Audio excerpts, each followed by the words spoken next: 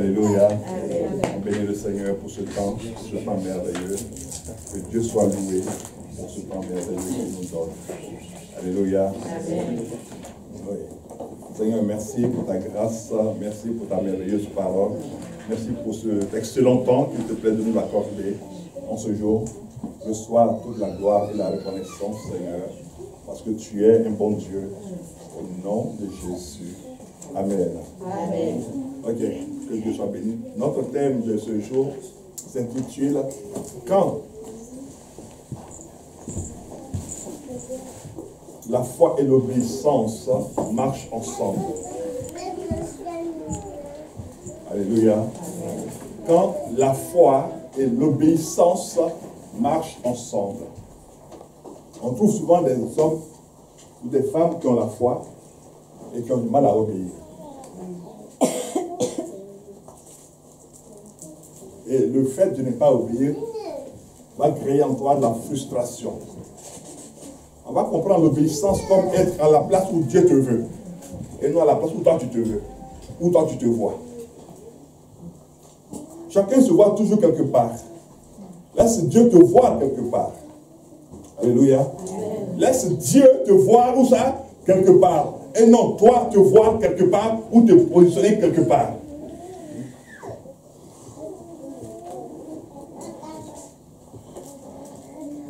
Quand la foi et l'obéissance marchent ensemble,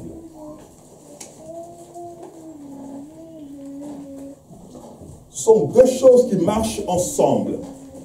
Mais quand l'une marche sans l'autre, il y a un déséquilibre. Dans beaucoup de vies, il y a des déséquilibres. Parce que quelqu'un va te dire, oui, mais moi j'ai la foi, mais il lui manque l'obéissance. Dans les Actes des Apôtres, quand Pierre et Jean avaient été arrêtés, ils ont dit, le Sanhédrin les a arrêtés. Ils ont été jugés. Et ils leur ont posé une question. S'il fallait obéir aux hommes ou à Dieu. Et les enfants de Dieu tordent ces paroles-là. Quand on leur parle, ils disent, oui, mais la Bible dit, est-ce qu'il faut obéir aux hommes ou à Dieu? C'est faux. Si le pasteur te dit que quelque chose que tu fais n'est pas bien, ça veut dire que Dieu est en train de te parler. C'est pas à lui que tu vas dire, oui, mais la Bible dit, faut-il obéir aux hommes plutôt qu'à Dieu? Parce que eux, ils prêchaient Jésus-Christ. Et on leur a interdit de prêcher Jésus. Qui a envoyé Jésus sur terre? C'est Dieu. Jésus a dit qu'il était venu faire la volonté de qui? La volonté de Dieu. Donc il dit après lui, ses disciples devraient faire la volonté de qui? De Dieu. Alors maintenant le Sanhédrin se lève pour dire à ses disciples qu'ils doivent faire la volonté de Dieu, dans la révélation de la connaissance. Parce qu'il y a la connaissance d'un côté, et puis il y a la révélation. Quelqu'un peut être un docteur en théologie. Il est docteur en théologie. Il a un master en théologie. C'est bien. Mais quoi qu'il ait le master ou le doctorat, il peut ne pas avoir la révélation de la parole. Il peut ne pas avoir la révélation de la parole. Quelqu'un peut ne pas avoir mis les pieds dans une école biblique. Et il est rempli de révélation de la parole de Dieu. Et celui qui a le doctorat, il va prendre celui qui a la révélation pour lui dire, mon frère, c'est vrai que tu as la révélation, mais voici maintenant comment tu dois te conduire. Voilà. Paul avait la connaissance, mais il n'avait pas la révélation. Paul avait la connaissance, mais il n'avait pas la révélation. Beaucoup d'hommes de Dieu ont la connaissance, mais ils ne cherchent pas la révélation. Parce que la révélation, ça coûte. La révélation de la parole de Dieu coûte très cher. Dieu ne la donne pas à n'importe qui. Il faut dire même à tout le monde. Et il faut que tu acceptes d'être brisé. Il faut que tu acceptes de passer à la moulinette de Dieu. Il faut que tu acceptes de mourir même à toi-même. Et que tu ne sois plus rien, que tu ne vales plus rien, que tu ne penses plus rien. Pour que Dieu puisse maintenant t'amener dans une compréhension nouvelle de la parole.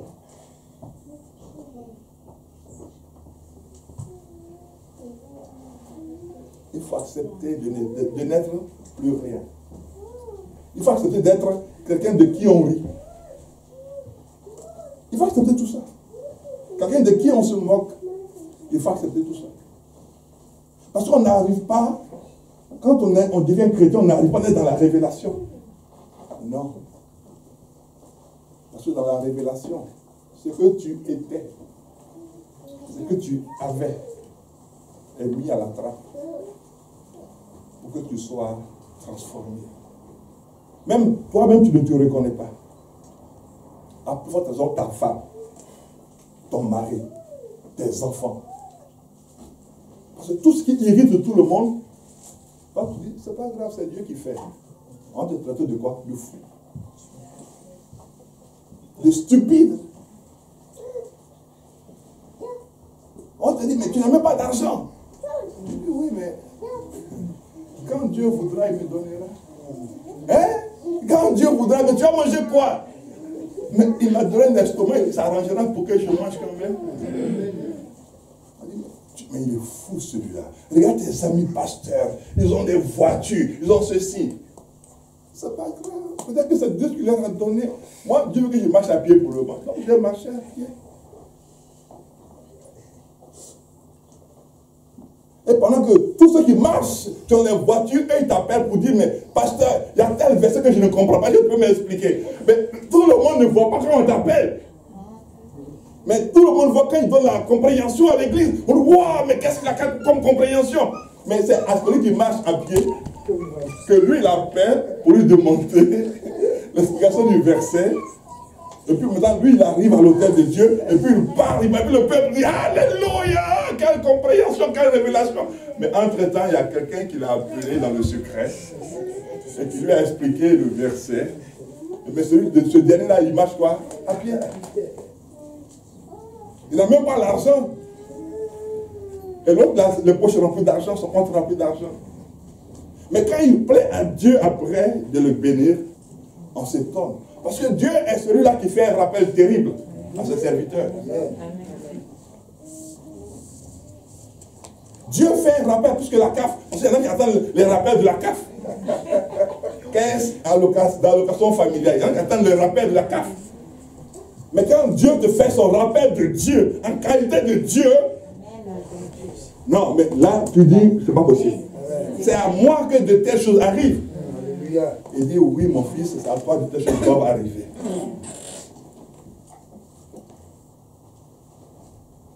Alors, cherchons la révélation, la parole de Dieu. Cherchons la compréhension profonde de la parole de Dieu. Ne nous limitons pas à une lecture simple. Non, demandons au Saint-Esprit. Qu'est-ce que Jean le Baptiste a dit? Que je diminue et qu'il croisse. Si toi, tu ne veux pas diminuer, la parole ne croîtra jamais dans ta vie. C'est pour ça qu'on voit des chrétiens qui, au début de leur conversion, dans les première, deuxième, cinquième année, ils sont violents, ils sont vivants. Et puis à un moment donné, ils commencent à affaiblir. Ils s'occupent de tout ce qui se passe à l'église. Mais celui-là, il est mal habillé aujourd'hui. Celui-là, sa femme l'a aujourd'hui, se sent engueulé. Mais non! Quand tu es dans la révélation de la parole de Dieu, tu n'as même pas le temps de regarder quelqu'un. Quand tu arrives à l'église, une chose t'intéresse, c'est Dieu. On chante, tu chantes. On crie, tu cries. On danse, tu danses. Tu t'occupes de personne.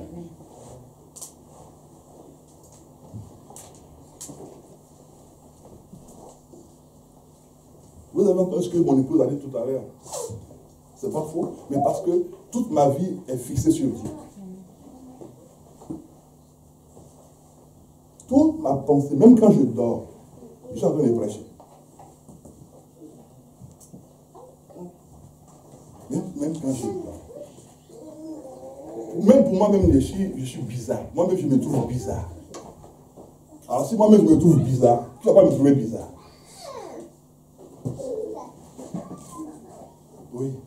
Moi-même, je me trouve bizarre. Comment quelqu'un peut être là, et puis il regarde une personne, et puis voir toute sa vie, depuis sa naissance jusqu'à l'âge où il a. C'est pas bizarre, ça. C'est bizarre. Mais la révélation t'amène à être bizarre. Ça t'amène à être dans une intimité avec tel que tu es avec Dieu, que quand toi-même tu t'approches de quelqu'un, les gens disent, pardon, cet homme-là, il est bizarre. Non, je ne suis pas bizarre. C'est Dieu qui m'a rendu bizarre.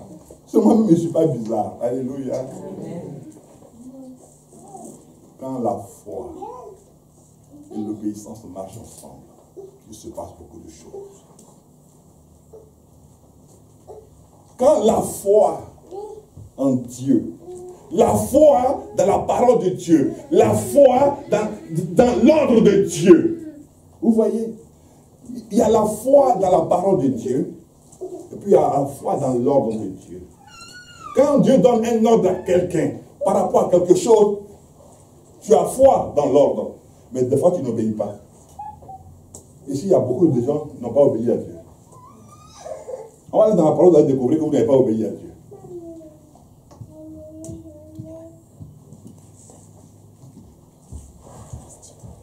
Ce n'est pas quelqu'un qui est venu me dire. C'est Dieu qui veut que je vous parle de cela.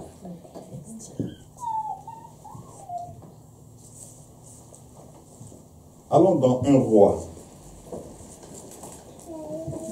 L'obéissance à Dieu est très importante. Un roi.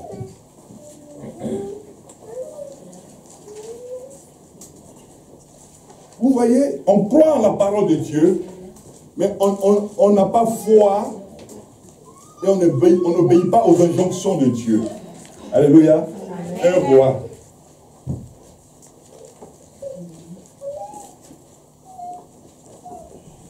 Merci Seigneur pour ta parole. Que sois béni au nom de Jésus. Amen. 1 Roi 13. Je lis à partir du verset 1.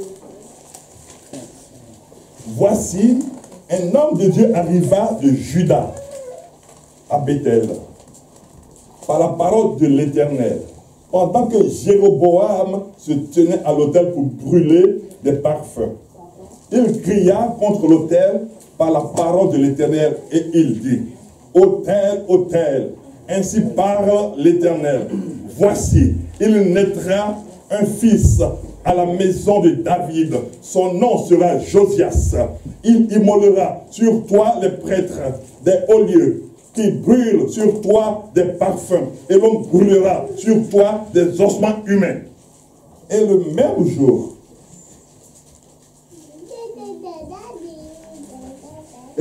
jour, il donna un signe en disant, c'est ici le signe que l'Éternel a parlé. Voici, l'autel se fondra et la cendre qui est dessus sera répandue. Lorsque le roi entendit la parole que l'homme de Dieu avait crié contre l'autel de Bethel, il avança la main de dessus l'autel en disant, saisissez-le. Et la main de Jéroboam avait étendue contre lui devient quoi? Sèche.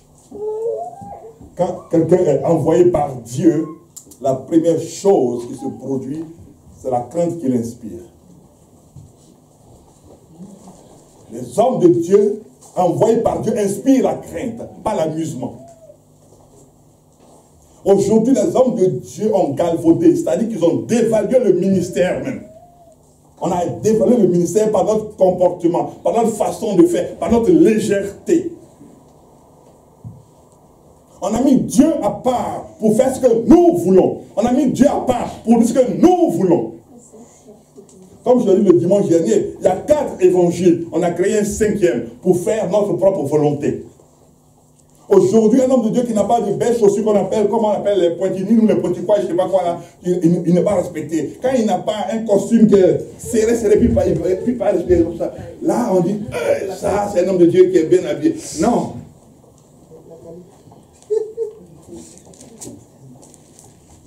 Un homme de Dieu, on le craint.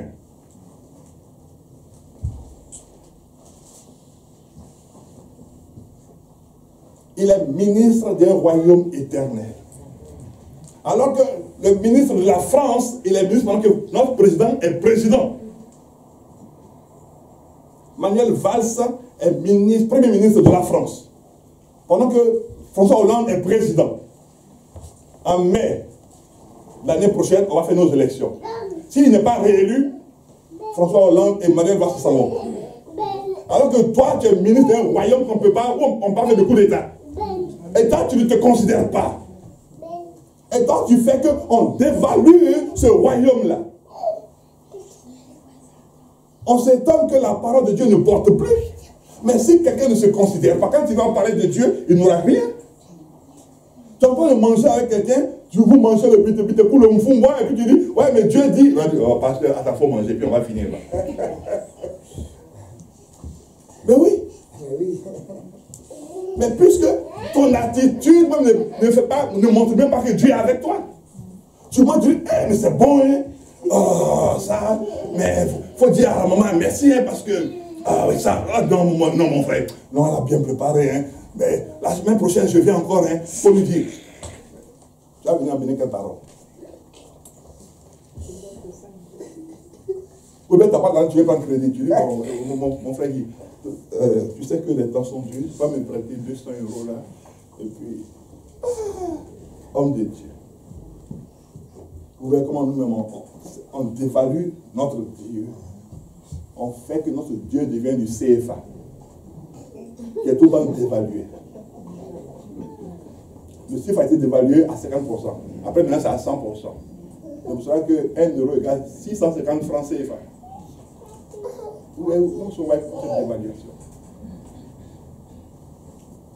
La Bible dit, quand Jéroboam a étendu sa main, elle est devenue sèche. Il venait de découvrir que celui qui parlait avait été envoyé vraiment par Dieu. À quel moment on va savoir que toi qui es là, tu es vraiment un enfant ou un enfant de Dieu? À quel moment? Tu es toujours à l'église, tu écoutes toujours les mêmes sermons, tu écoutes des sermons différents, l'enseignement différent. Mais à quel moment, dans ton lieu où tu vas, dans ta famille, tu vas être une bénédiction? Quand tu arrives, on dit oui, il est arrivé, nous allons être bénis. À quel moment on va dire cela de toi? À quel moment? Vous pouvez pour dire, non, mais appelez mon pasteur.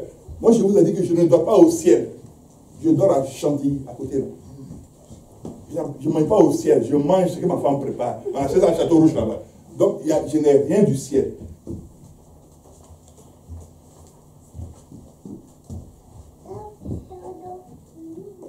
Je vous ai dit, ma vie, c'est à faire de vous, chacun d'entre vous, des serviteurs, des servants de Dieu. Peu importe ce que tu vas traverser ou ce que tu traverses, mais ma vie, c'est de faire de toi un serviteur, une servante de Dieu.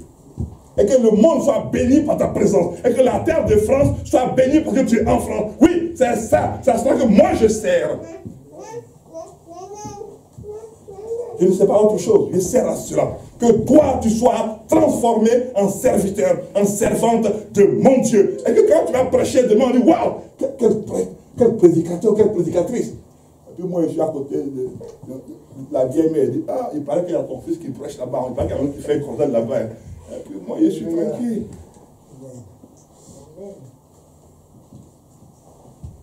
Quand la foi marche avec l'obéissance. Suivez bien, vous allez voir. Cet homme était envoyé par Dieu. C'est comme toi, Dieu t'a appelé à le servir. Tu sais que Dieu t'a appelé à le servir. Et quel est ton comportement? Suivons. Continuons notre lecture. On va découvrir certaines choses. Et puis après, merci. Et la main devait sèche et il ne put la ramener à soi. Donc elle est sèche et puis elle est restée en même temps étendue. Donc le bras même est bloqué.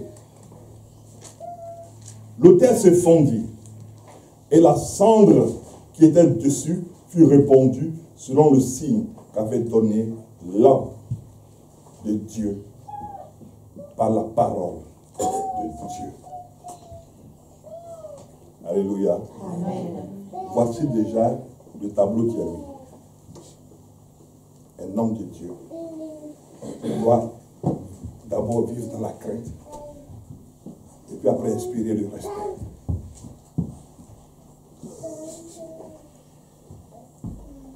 Allons voir Jonas. Là, lui, il avait la foi. Il a obéi là. Allons voir Jonas, on va revenir dessus, vous allez voir. Allons dans Jonas. Il y a des personnes que Dieu appelle et pour des raisons X ou Y qui abandonnent le poste.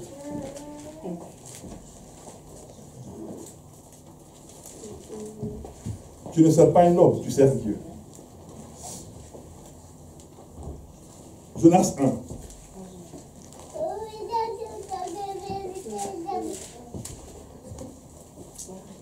Jonas 1. La parole de l'Éternel fut adressée à Jonas, fils d'Amittai, en ces mots, lave-toi.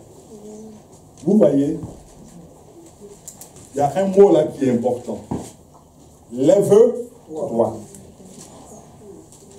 Ce n'est pas Jonas qui s'est levé. Peuple de Dieu, écoutez-moi très bien. La parole de Dieu s'adresse à Jonas, fils d'Amittai. Pourquoi est-ce que Dieu dit fils d'Amittai? Ça veut dire que Dieu veut dire, Jonas, je connais ton père.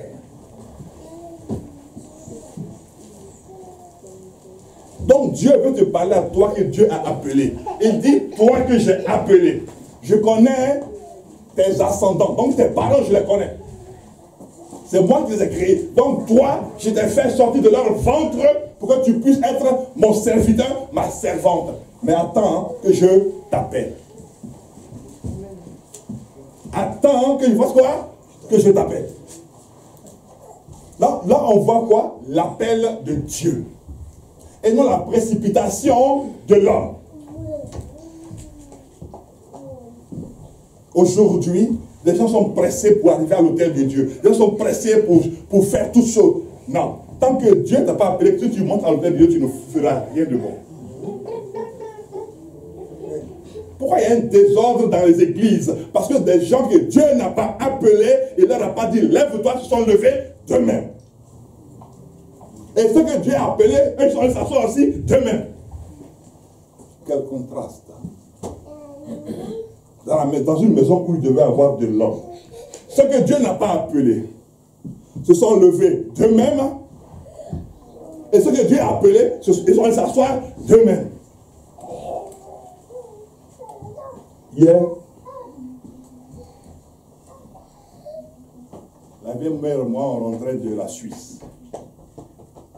Et quand on rentrait, j'ai vu dans le train un pasteur de Burkina que j'ai vu il y a bien longtemps. À peu près un minimum de 7 ans que j'ai vu le pasteur. Moi, je ne l'avais pas vu, c'est lui qui nous a vu entrer dans le train. Et quand il m'a vu, c'est lui qui dit, ah, mon pasteur. J'étais content de le voir. Et on a parlé de la parole de Dieu. La seule chose dont j'aime parler. Et je lui parlais, on parlait en substance des hommes de Dieu, tout cela. Et Dieu m'a inspiré par sa grâce pour lui parler d'Élie et des prophètes de Baal. Élie et les prophètes de Baal. Parce que là, nous avons en face de nous 2 types de prophètes. Il y a quelqu'un qui a été appelé par Dieu, s'appelle Élie. Et puis il y a des personnes qui, eux, ils veulent servir Dieu, mais Dieu ne les a pas appelés. Donc ils sont allés chercher qui Baal pour devenir serviteurs, prophètes de Baal. Il dit, mais pasteur, c'est pas possible. Je n'ai jamais pensé à des choses pareilles. Il dit, oui, parce que quand Dieu n'a pas appelé quelqu'un, lui-même il s'appelle. Il met sur lui la couverture pastorale. Donc les prophètes de Baal, ils s'appellent eux-mêmes, et puis après ils disent qu'ils sont pasteurs. Et j'ai dit, oui, mais c'est pour ça que la Bible dit, on ne les reconnaîtra pas à leurs enseignements, mais à leurs fruits. Parce que l'enseignement est différent du fruit. Si dans le fruit, il y a le comportement. Dans le fruit, il y a les réactions. Je dis, oui, c'est vrai, pasteur. Dans le fruit, il y a la séduction. Les prophètes de Baal sont des gens que Dieu n'a pas appelés, et comme eux, ils sentaient qu'il fallait que Dieu les appelle, et que Dieu ne les a pas appelés, eux, ils sont allés chercher Baal pour dire, non, on veut être tes prophètes. L'Éternel ne veut pas de nous, mais toi, il faut vouloir de nous. Bah, il dit, bon, moi je veux que tout le monde soit un prophète. Donc vous voyez, il y a le prophète Élie, mais ils sont aussi prophètes. Prophètes et puis prophètes. Oui, ils sont prophètes. Non.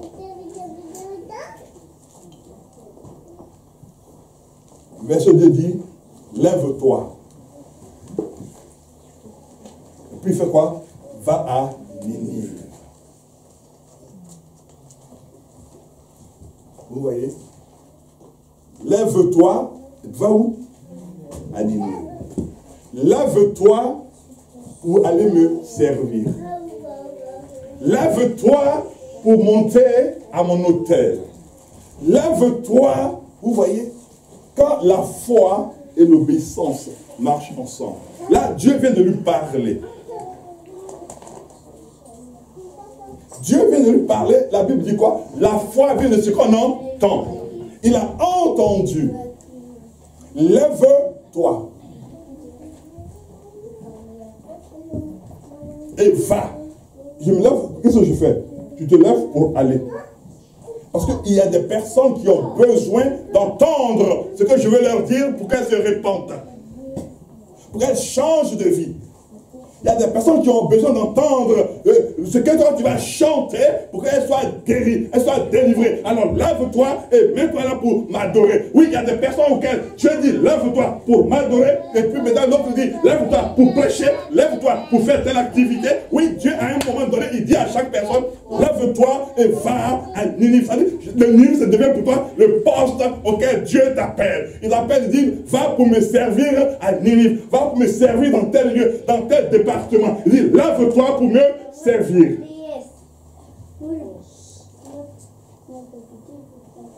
Lève-toi. Mais nous, on est experts dans la critique pour voir les défauts des autres. Seule la personne qui ne fait rien ne se trompe pas. Seule la personne qui ne fait rien du tout ne se trompe pas. Seule la personne qui ne fait rien du tout ne fait pas d'erreur. Mais quand tu fais quelque chose, dans quelque activité que ce soit, tu fais des erreurs. Et tu apprends de tes erreurs. Et tu grandis de tes erreurs. Et tu deviens sage à partir de tes erreurs. Tu deviens mature à partir de tes erreurs. Même le grand Moïse a fait des erreurs. Même Abraham a fait des erreurs. Mais pourquoi est-ce que vous êtes là pour calculer les erreurs des uns et des autres?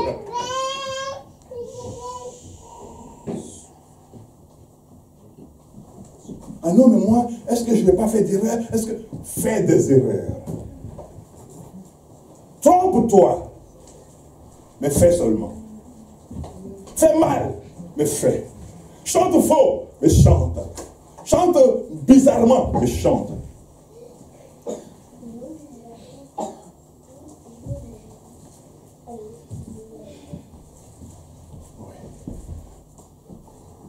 Fais des erreurs. Il dit à Jonas, lève-toi. Dieu a appelé qui? Jonas. Il dit, va à Ninive.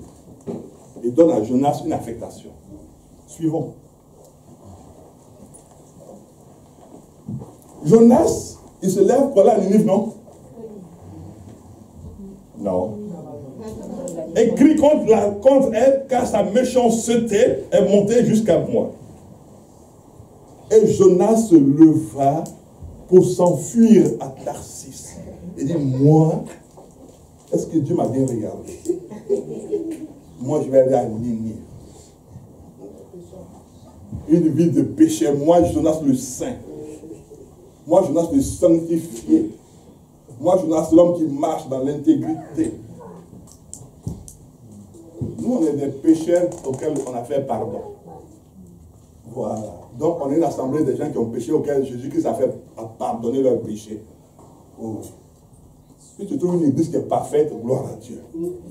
Mais nous, au milieu de nous, il y a des pécheurs, des péchés. Puis on demande toujours pardon à Dieu. Et puis nous donne toujours la force pour mettre un pied devant l'autre.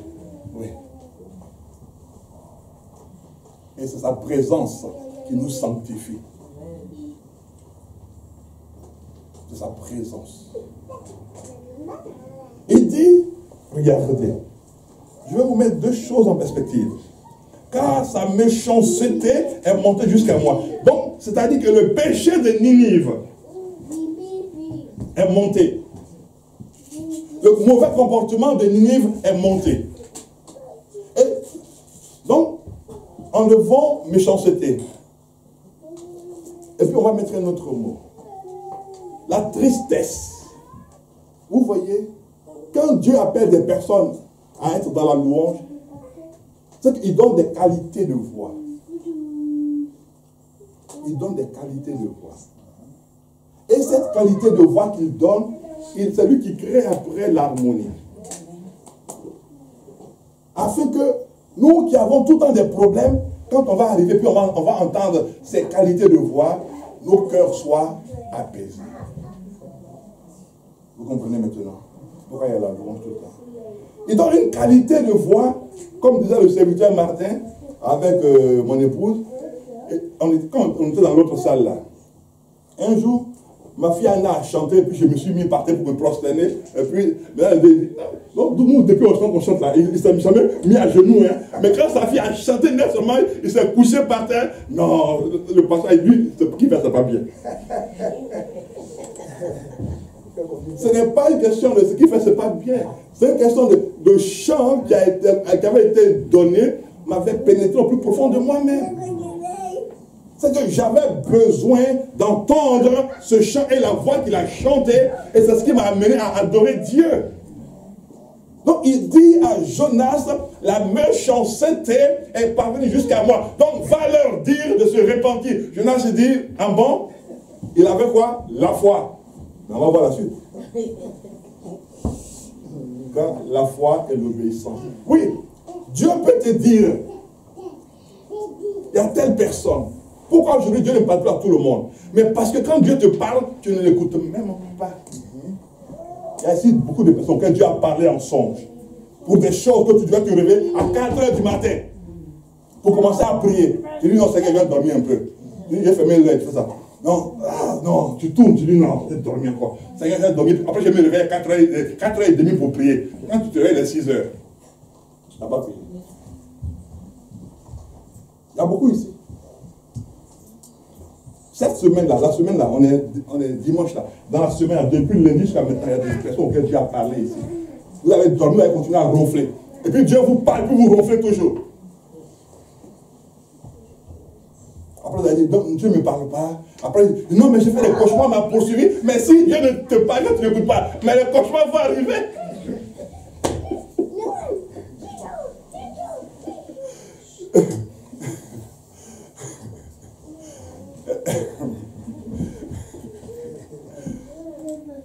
Je ne vais pas donner les noms parce que j'ai les noms devant moi. J'ai les noms des personnes. J'ai vos noms devant mes yeux. J'ai vos noms.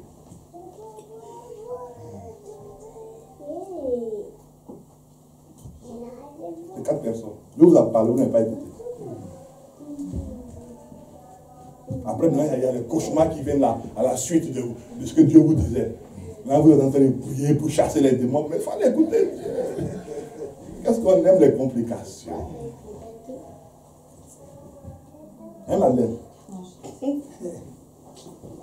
Est-ce qu'on aime les complications? Alors que se lever là pour prier, c'est fini. Jonas a dit non, lui. Jonas a dit non, non, non, Dieu est trop gentil. Si je vais à Ninive là, pourquoi c'est moi que Dieu prend même? Pourquoi c'est moi que Dieu prend pour que je vienne chanter pour lui? Est-ce qu'il n'y a pas les autres aussi? Alléluia. Amen. Verset 3. Et Jonas se leva pour s'enfuir à Ninive, à Tarsis, loin de la face de l'Éternel. Il descendit à Jaffo et il trouva un navire qui allait à Tarsis. Il paya le prix du transport et s'embarqua pour aller avec les passagers à Tarsis, loin de la face de l'Éternel. Vous voyez, il avait la foi, mais qu'est-ce qu'il n'avait pas fait? Voilà, il n'avait pas obéi. Ça dit que toi, Dieu t'a appelé, lève-toi pour venir me servir. Et à cause du comportement de quelqu'un, je dis non, moi aussi je ne fais pas. C'est la même chose que la méchanceté. Que Dieu est trop bon. Parce que quelqu'un m'a fait quelque chose. Quelqu'un m'a dit quelque chose. Quelqu'un m'a contrarié. Comme quelqu'un m'a contrarié, je préfère désobéir à Dieu et avoir mon propre caractère. Eh, Seigneur. Comme quelqu'un m'a contrarié. Jonas a dit quoi? Dieu dit à Jonas, lève-toi, va à Ninive, la grande ville. Il n'a pas dit une petite ville. C'est-à-dire, il y a des gens là-bas qui vont mourir. Si tu ne vas pas leur dire. Donc toi, lève-toi pour chanter parce qu'il y a des gens qui ont le cœur blessé, le cœur meurtri. Lève-toi pour faire. Et maintenant, toi, tu dis, non, moi,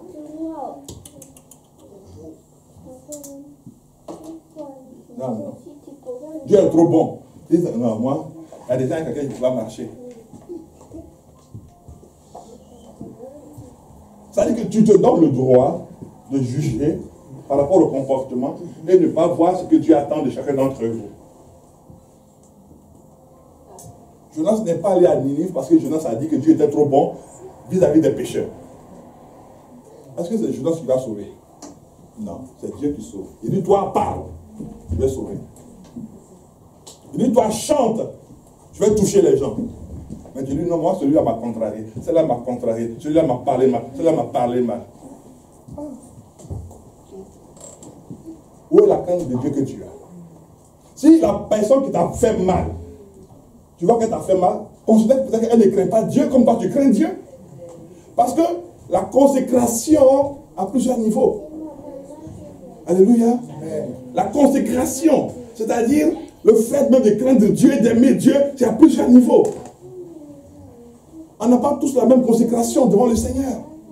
On n'a pas tous la même crainte de Dieu. Non.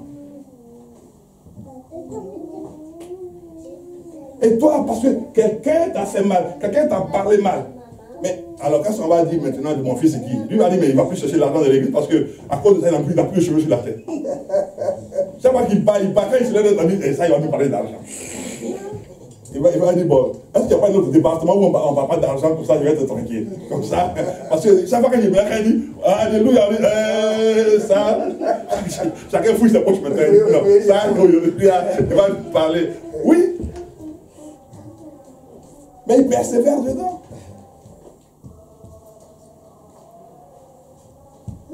Jonas se dit, lui ne va pas où? À Ninive.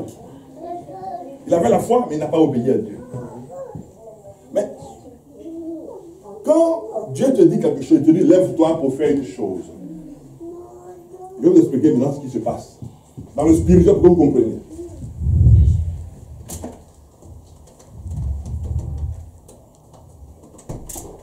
Quand Dieu te dit, lève-toi pour faire quelque chose, ça dit que le diable sait que toi, tu as le choix de Dieu.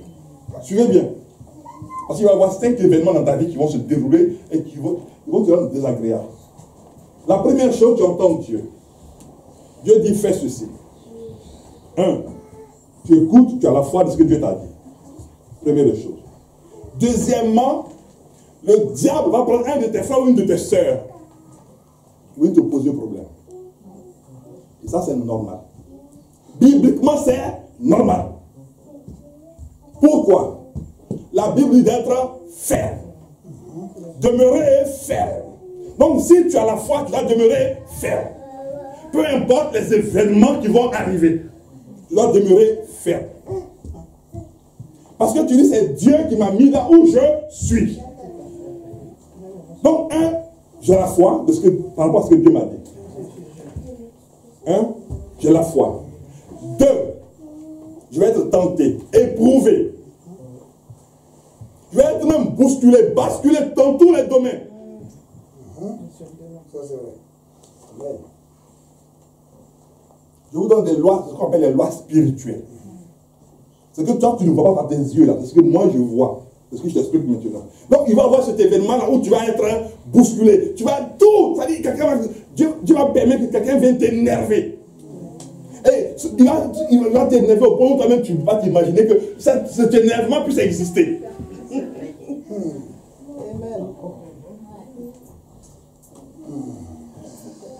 2. 3, maintenant Dieu regarde comment tu te tiens par rapport à la parole, par rapport au 1. Le 1, c'est la foi. Le 2, c'est le fait que tu as été éprouvé, tenté, bousculé. Et tout, c'est-à-dire, tous tes nerfs ont été mis à vif. Tu dis, mais c'est pas possible. Et puis Dieu est là, et puis tu regardes. Dieu est là, et tu regardes. Dieu ne veut pas t'aider. Dieu ne t'aidera jamais. Parce que sa parole est suffisante.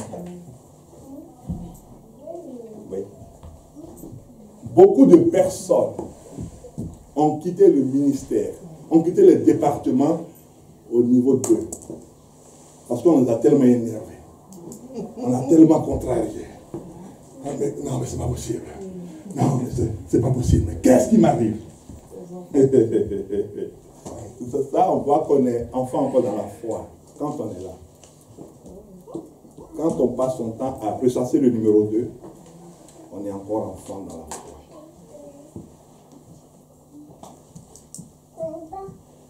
Oui.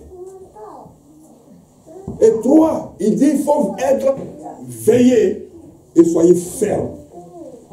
Tu dois être ferme maintenant. Ferme par rapport à la parole que tu as reçue.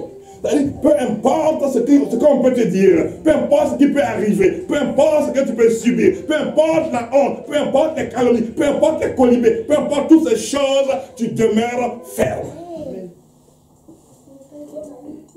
Peu importe, tu demeures ferme. Vous voyez, maintenant là il y a le basculement.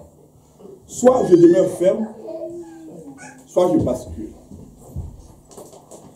Maintenant, on va au niveau 4.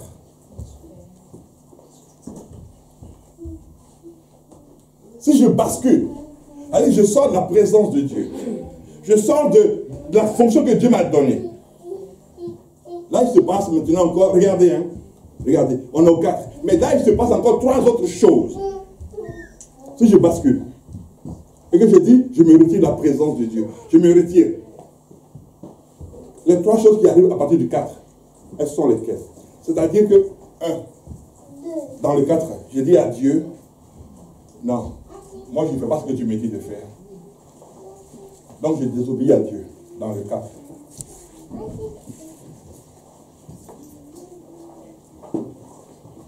Dans le 4, le 1 d'abord du 4 dit, je désobéis à Dieu.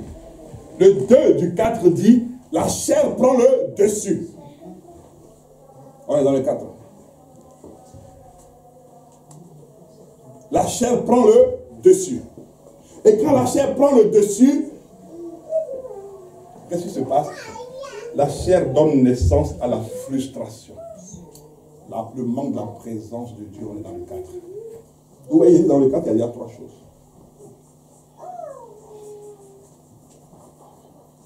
J'ai désobéi à Dieu, parce que je ne sais pas comment est-ce qu'on m'a fait. La chair prend le dessus. Et quand la chair prend le dessus, ça donne naissance à la frustration.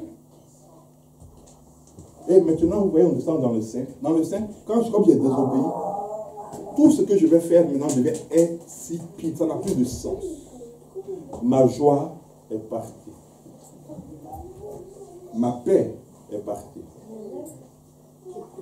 Il n'y a plus rien qui m'intéresse dans la maison de Dieu. Avant, je venais avec beaucoup d'entrain, avec beaucoup de plaisir. Mais puisqu'il y a eu le 4, et dans le 4, il y a eu les 3 éléments du 4. Donc le 5e élément fait que je n'ai même plus envie de venir à l'église des fois. Il faut être à la maison. Je suis bien quand je suis seul. Moi-même, je me comprends moi seul. Dieu est partout. Oui. Dieu est partout. Donc on peut prier Dieu partout. On peut chanter Dieu partout. Même dans ma salle de bain, je peux chanter Dieu. Ce n'est pas grave. Dieu, de toutes les façons, la Bible dit même que Dieu est amour, non? Même si je ne chante pas, que je chante dans ma cuisine ici, Dieu il entend, non?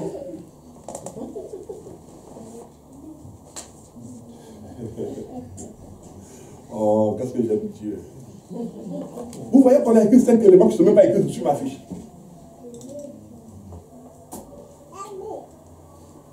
Et c'est pour ça qu'il y a des personnes qui sont à l'église mais qui sont aigries. Parce qu'elles ne sont pas à la place où Dieu les veut. Quand tu n'es pas à la place où Dieu te veut, ton cœur n'est pas en connexion avec Dieu. Et si ton cœur n'est pas en connexion avec Dieu, ton cœur est en connexion avec la frustration. Et la frustration amène la nervosité. Et quand quelqu'un te touche net, tu commences à ne pas être content, à ne pas être contente, et tu commences à respecter, et tu commences à ne plus... Tu as un déplaisir. Il y a le plaisir, et puis il y a le déplaisir de venir à l'église. Et tu te trouves maintenant de très bonnes excuses. Oh, vous savez, les excuses pour ne pas venir à l'église, il y en a beaucoup. Hein? Ah oui. Ce qui est bien avec Dieu, Jonas lui la fuit, il dit, il s'en va se cacher loin de la face de Dieu. Jonas a pensé que Dieu portait des lunettes. Oui. Et qu'il n'avait pas encore changé sa lunette, donc Dieu n'allait pas le voir là où il allait se cacher.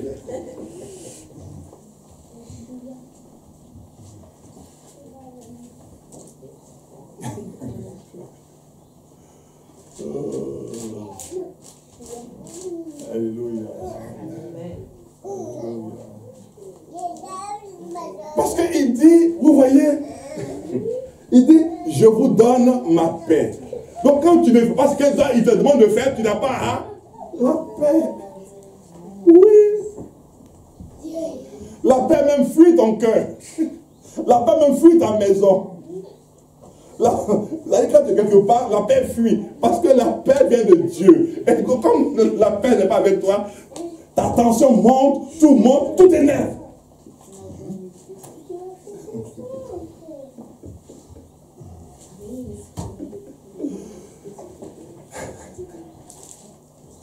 Je ne sais pas pourquoi Dieu a voulu ce message, mais Dieu veut. Je sais que Dieu est en train de parler à plus d'une personne ce matin. Quand la foi et l'obéissance marchent ensemble, là on parle de désobéissance. Des personnes que Dieu a honorées. Mais bien aimé, si quelqu'un avait une raison valable pour ne pas servir Dieu, moi j'en avais une valable.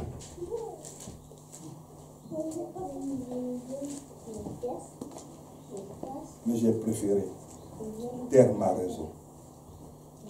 J'ai préféré être la risée. J'ai préféré qu'on se moque de moi. Vous savez, il y a une seule phrase qui me revient dans tout ce temps de ministère que Dieu m'a accordé. C'est ma fille. Elle m'a dit un jour ceci. Et ça m'a fait très mal. Elle dit que depuis papa